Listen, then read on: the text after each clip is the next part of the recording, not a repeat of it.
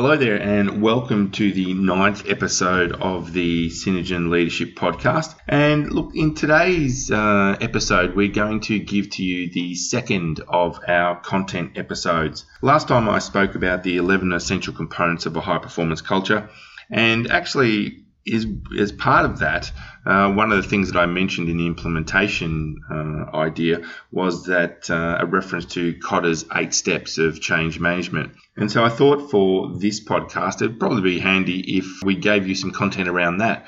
So what we've got here today is I'm going to walk you through each of the 8 steps. I'm going to give you a little bit of an overview. And I probably recommend that you have a pen handy if you're not driving as you're listening to this, because there is quite a bit of detail here. And look, I do want to reinforce that if you do want this content, we're happy to give it to you. So all you need to do is send me through an email at julian@synergengroup.com.au, and we may even make it available in the show notes for you at a later date. But right now, sit back, have a listen to Kotter's 8 steps.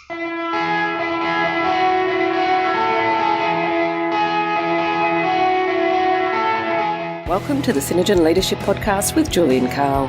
Julian speaks with leaders from around Australia to bring you their leadership story and share their insights about being a leader.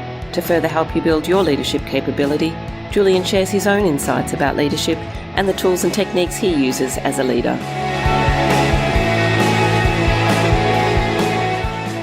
So this really came about in 2006 when John Kotter published a book called Leading Change, and it has really become one of the foundation texts in change, and a lot of people refer to it. I think actually if you listen back to the episode with Matt Tamplin, he actually refers to it as one of the frameworks that he's familiar with.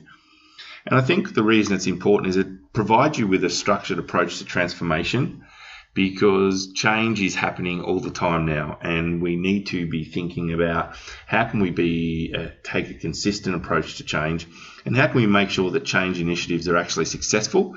Because if you're like me, you've probably come across many leaders who will tell you that change is not necessarily managed well in their workplace. So in all the people that I've trained, it's been a very, very, very common occurrence in things that have been mentioned to me. So the reason that this is so valuable is probably because it's so well supported. Plenty of people have used this model, and plenty of people will say that it is a very effective change model. So I'm going to give you an overview of the first 8 steps first, and then what we'll do is delve a little bit deeper into each of the 8 steps. So the first step is, number 1, is establishing a sense of urgency. Number 2 is creating the guiding coalition. Number 3, developing the vision and strategy. Number 4, communicating the change vision. Number 5, empowering broad-based action. Number 6, generating short-term wins. Number 7, consolidating gains and producing more change. Number 8, anchoring new approaches in culture. Now, the first 4 steps in the transformational change process help you sort of defrost, help you ease people into the idea that change is going to be occurring. And I think it's important to let you know that it's not wise to try to skip stages, because you need to build enthusiasm, you need to build commitment, you need to build ownership. And these are the things that the first 4 stages will actually bring. Probably likely that in some areas you're going to meet some resistance to change. And if you've done a good job at setting the first 4 steps in place, that resistance will be minimized and you'll be in a better position to manage that resistance. The other thing I think it's worth talking about is the importance of sequence, because as you work through each one, it's going to naturally lead you to the next one. And I think if we try to skip around and change the order, I don't think you'll be as effective as you could be in this. And quite often the reason people skip is because they're feeling a particular pressure to produce a result. Okay, so I'm going to recommend that you stick to the process. Okay. And one of the things that also happens with projects is that they often lead to other projects, and then mini projects. So you might have a broad change initiative happening where you're up to step number 6, whereas and then within that a little change initiative has come around and you're up to step number 3.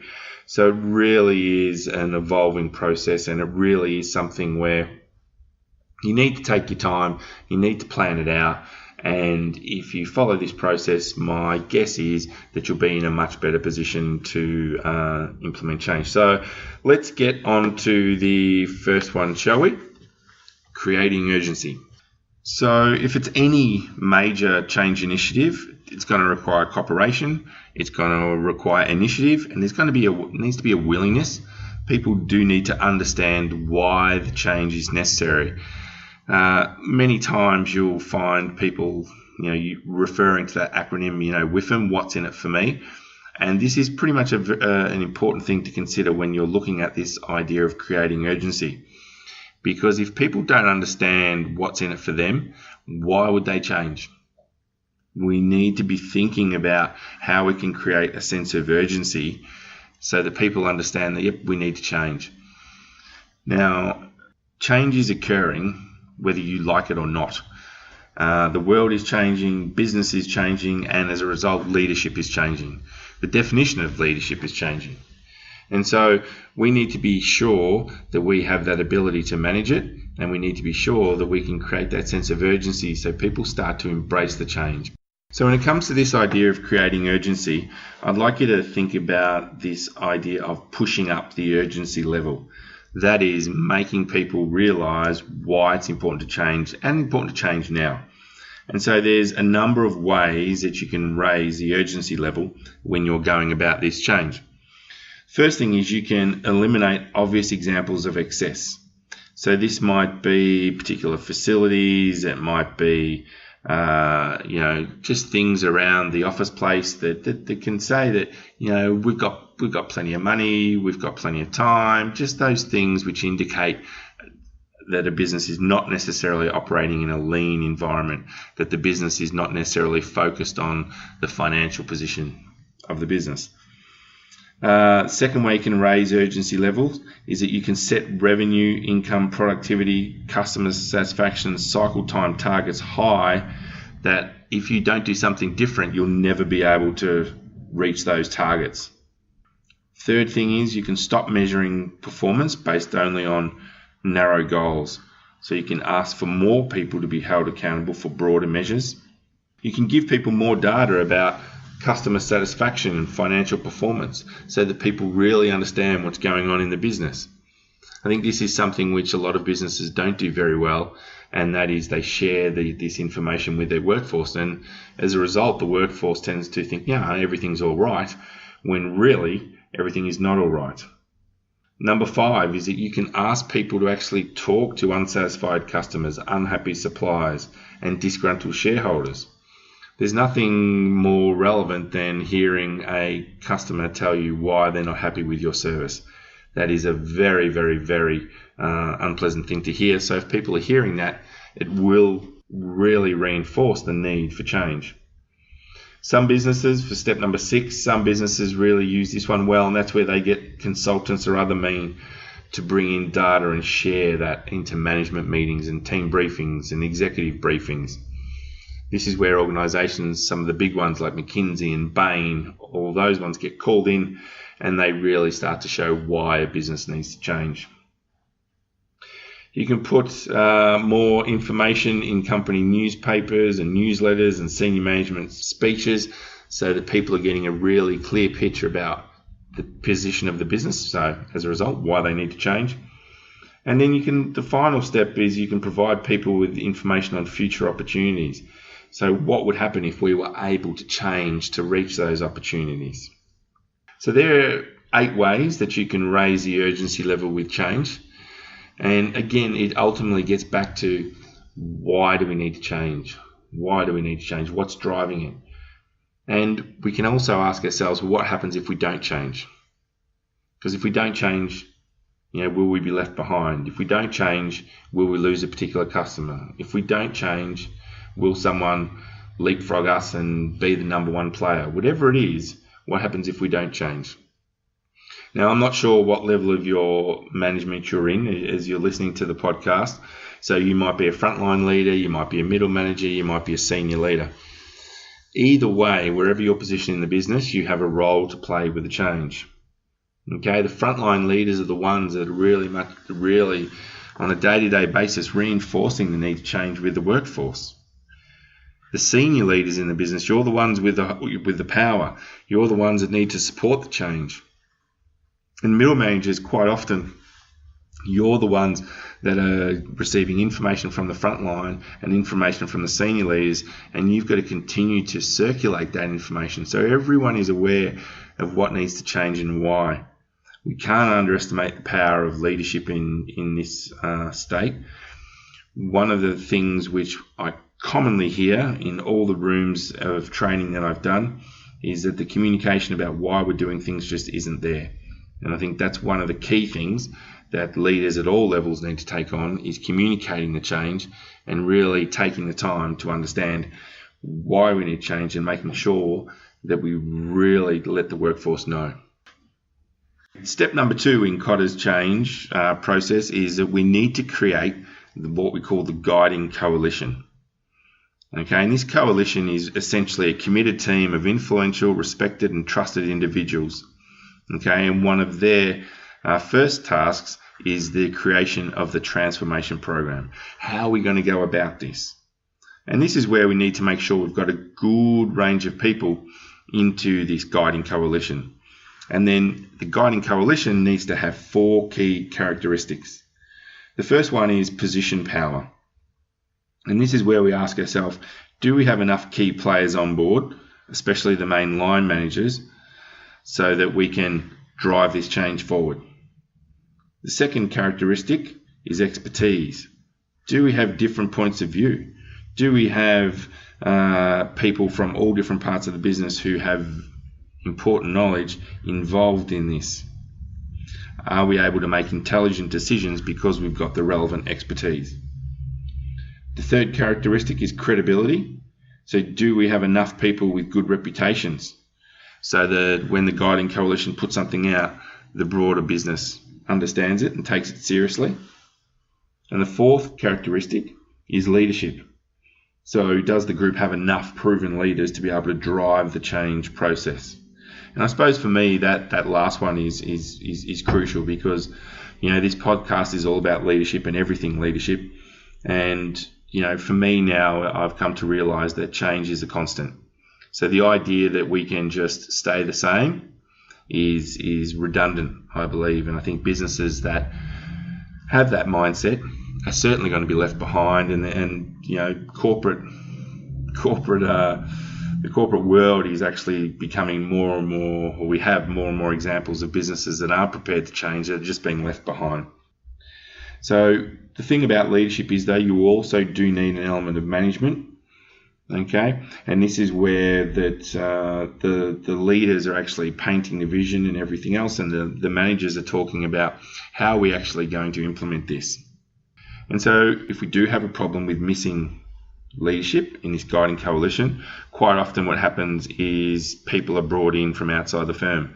So I know that in my network, there are people that are contract change managers, where they go into a business and they share their knowledge and they drive the change process. That's quite often what happens. Sometimes businesses bring in or promote or second employees so that they start to get involved in how to lead the change project.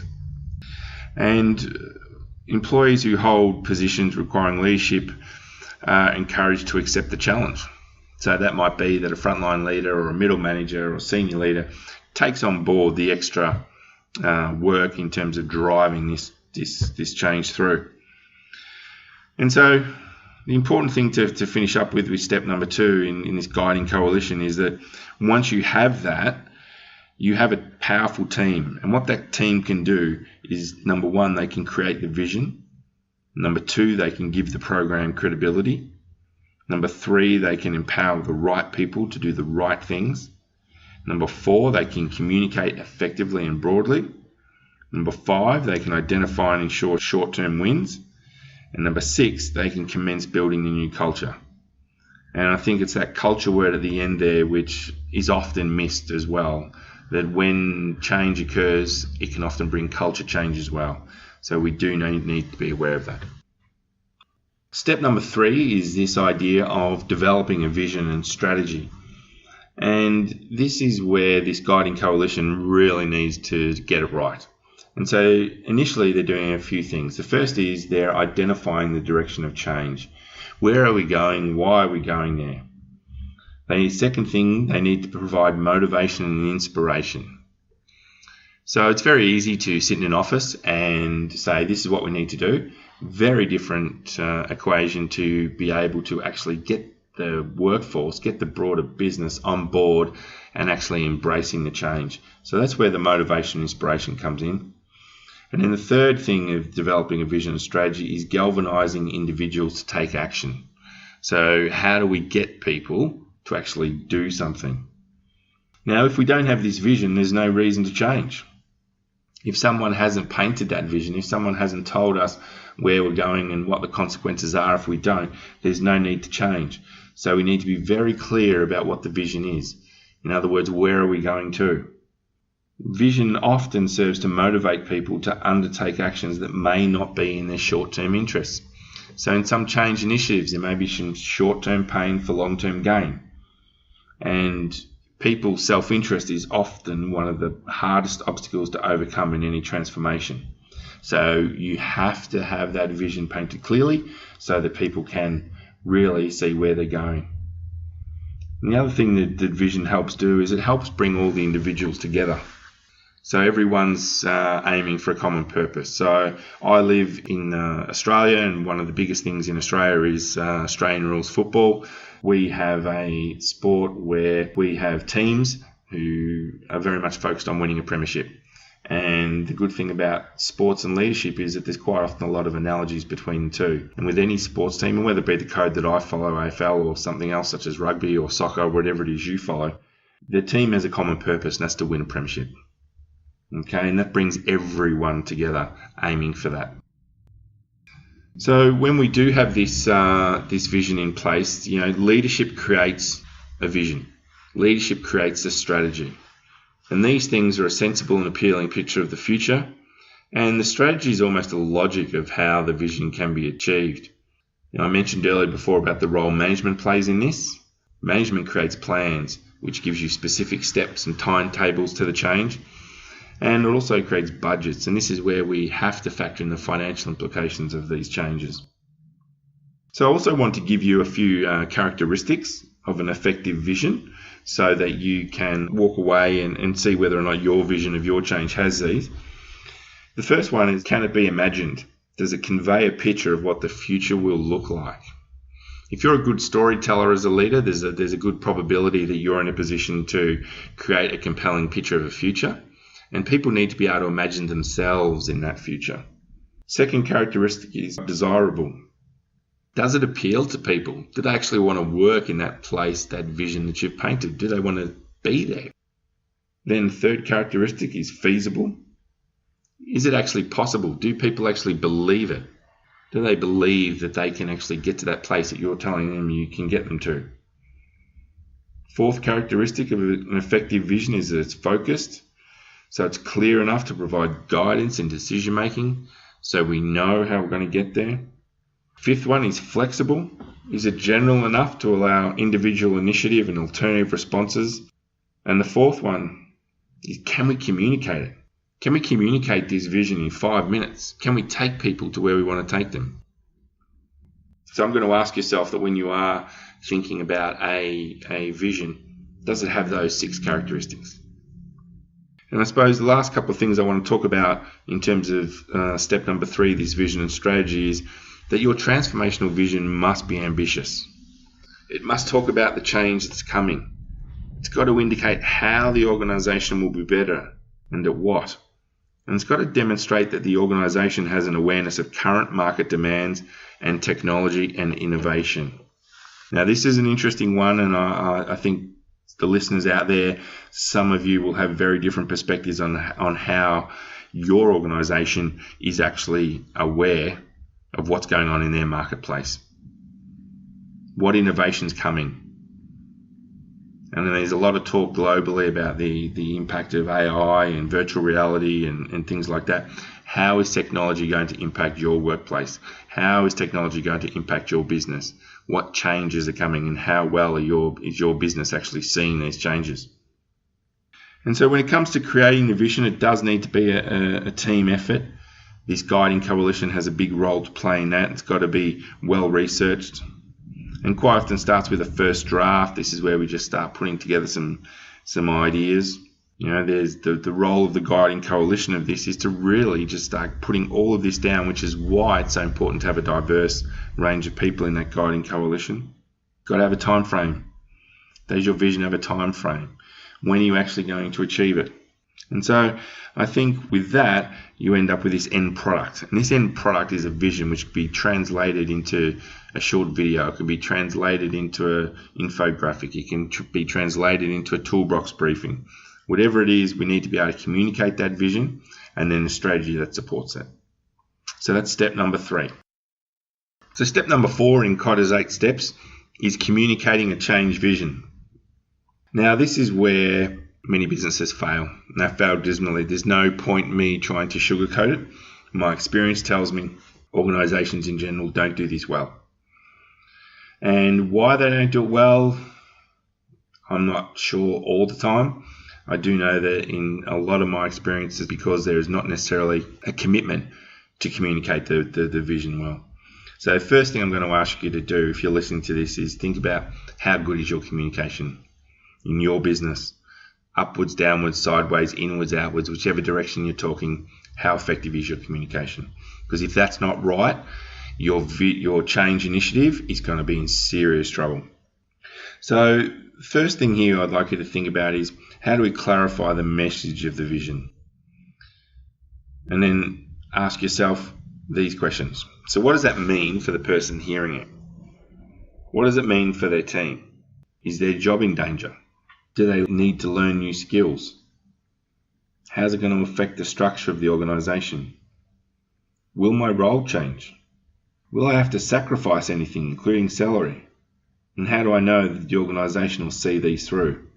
These are some of the key questions your people and your team are thinking about. Now, some of them may actually ask you, but at a minimum, they're going to be thinking it. So we have to be ahead of it when we're communicating in terms of saying, well, this is what it means. And we need to be able to answer all of those questions. And so there's a couple of key elements there that we can talk about in terms of the effective communication of vision, probably more than a couple. The first one is simplicity. So try to get rid of any jargon and stuff that doesn't mean anything. Let's just get a clear, concise, simple message across. Are there metaphors or analogies that we can use? That verbal picture is often 1,000 words. Are there multiple forums? So can we do toolbox briefings, lean meetings? Can we do general meetings? Can we do special meetings? Whatever your structure is, what's the forum for how we're going to communicate that vision? Repetition. Ideas will start to sink in if they start to hear them time after time. I think a big part is leadership by example. So this is where the leaders in the business are actually continuing to communicate and support the message. I think that if any inconsistency come up, that they need to be explained and explained quite quickly. And I've said this before that two-way communication is vital. That is that everyone has the opportunity to talk to you about change that you're driving. So I really want to finish off step number 4 with this idea that you've got to be very effective at communicating before you even start to try to initiate change effectively. Because if you don't have those communication structures in place, if you don't have that internal capability, if you don't have that capacity to deliver the messages effectively, your change initiative is going to be in serious trouble. Step number 5 is empowering employees for broad-based action. So this is where we need to get the people involved. This is where we need to make sure that we are able to bring people on the change journey with us. If they just think that the change is occurring without them, how likely is it that they're going to buy in? As well as I do, they're not. So again, this starts with communicating a sensible vision to all your employees. If they've got a shared sense of purpose, it's going to be easier to initiate actions to achieve that purpose. We've got to make the business structure compatible with the vision.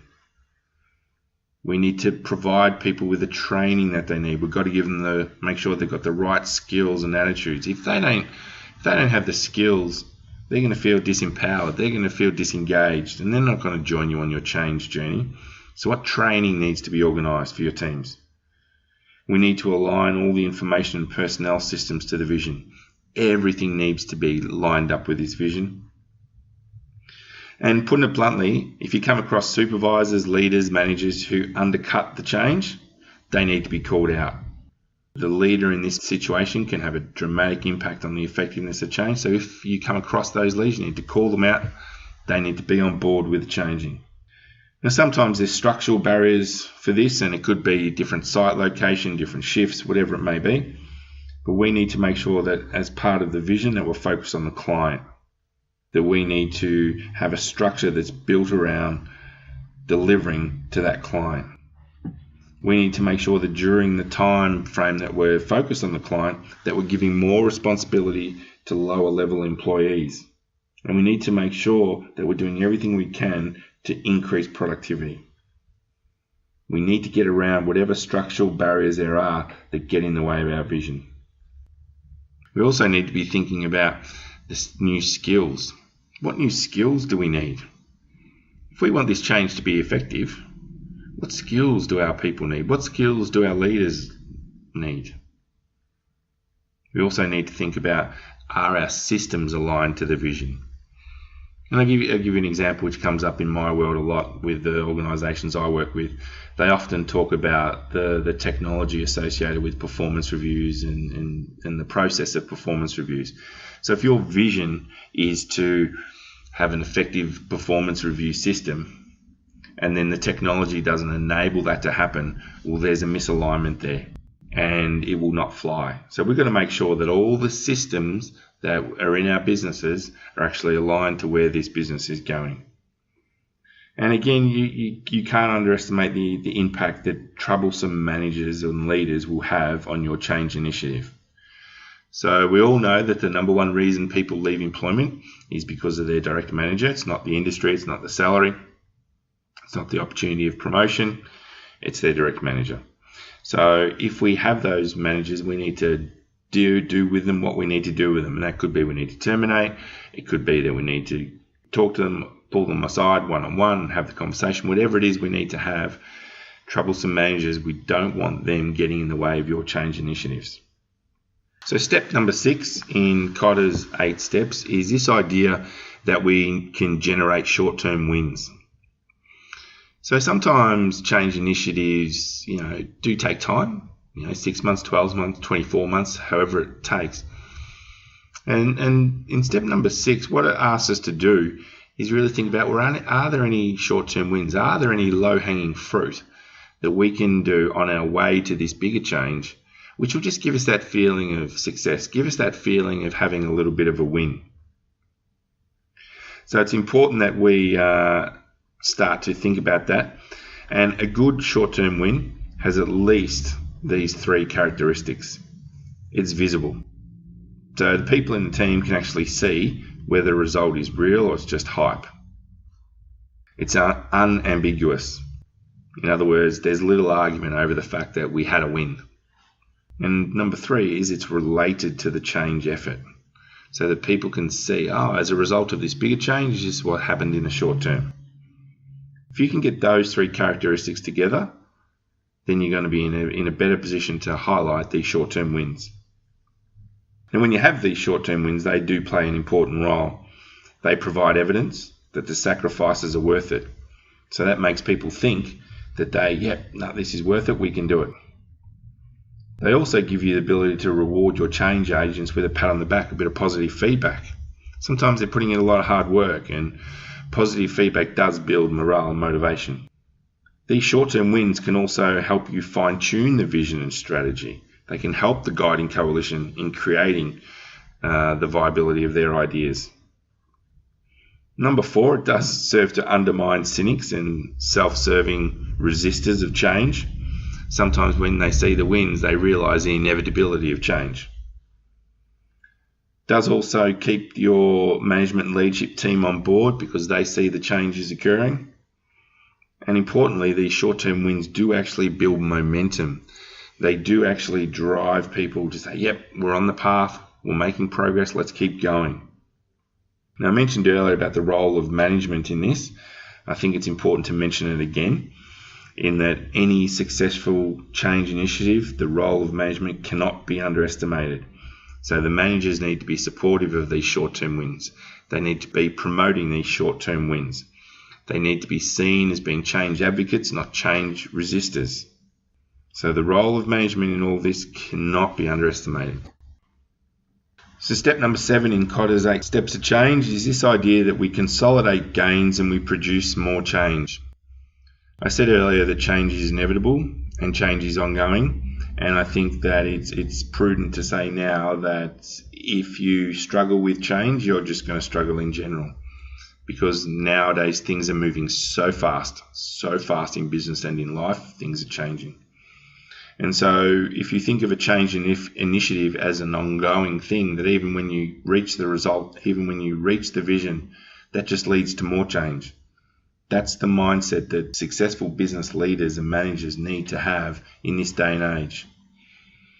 And so one of the things we need to make sure is we don't let resistance reassert itself, because there's always going to be resistance to change.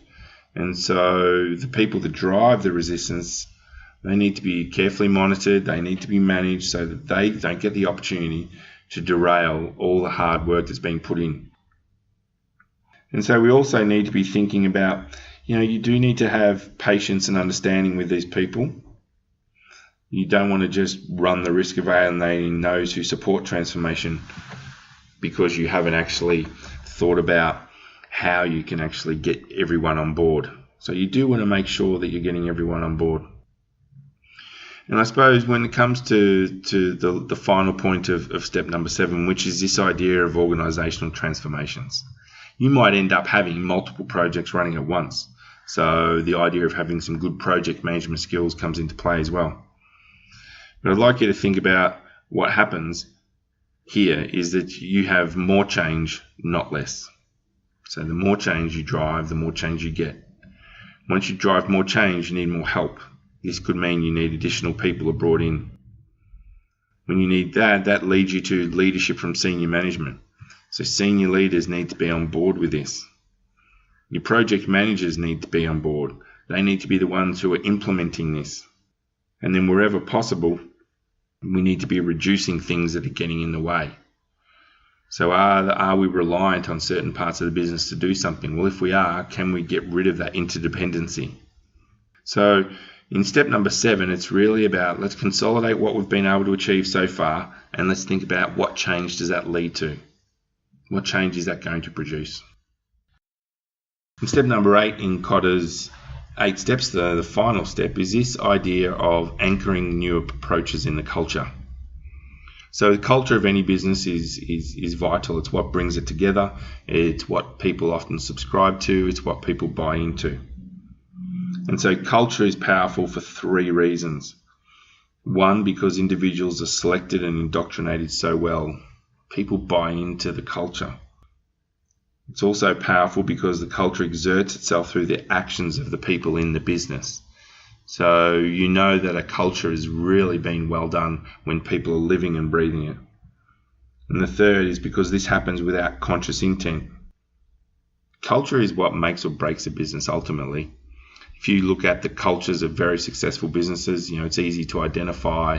For example, Google has a culture of innovation. Apple, if you go into an Apple store, wherever you are, they've got a culture of customer service. So you've got all these different cultures, and these are what makes businesses successful. So sometimes the new practices that come about as a result of your change initiative will start to look to replace the old culture. So there is a little bit of a culture shift that's required. And look, this might be inevitable. And again, it really gets down to the role that the leaders play in being able to drive this with the teams. So again, this whole idea of anchoring really does link to the leadership of the business. And I just want to finish with the idea that the more we get used to change, the better we'll be at it. It's a process. It's something that you can work through. Kotter's model is only one. There are plenty of others. But it's a good starting point just to, I suppose, for me, reflect on how you approach change. How do you view change? And so with that, I'm going to leave you. Hopefully you've got some good value out of it. And like I said, if you do want some of this content, we're happy to give it to you. Just shoot me through an email at julian@synergengroup.com.au. And we will send something to you. And happy listening. Once again, would really like if you could leave a review on iTunes or Stitcher. We are looking to grow awareness of the podcast, and your reviews help us do that. And if you've got any questions, or if there's anyone you'd like us to try to interview, shoot me through an email. I'm happy to start to reach out to people outside of my network and start to ask them. Or if you've got any ideas about what sort of content you'd like to hear, we'd love to hear your feedback. So again, shoot me through an email, julian@synergengroup.com. Feel free to link in with me on LinkedIn. I'm pretty easy to find, Julian Carle. And if there's anything you want to know, just ask. We're here to add as much value as we can. So bye for now, and next week we'll be back to the interview format, and we'll be interviewing Belinda Perisek, who is the general manager of a legal firm, Coulter Roach, down in regional Victoria. So pretty interesting interview coming up for you next week. So bye for now, and see you next time. Well, that wraps up another episode of the Synergen Leadership Podcast. I trust you found it interesting. A couple of things. If you could go online and leave a review of the podcast, that would be great. Really help us in spreading awareness of the podcast. Happy for you to connect with me on LinkedIn. I'm pretty easy to find. And if you want to shoot me through an email, julian@synergengroup.com.au. See you next time.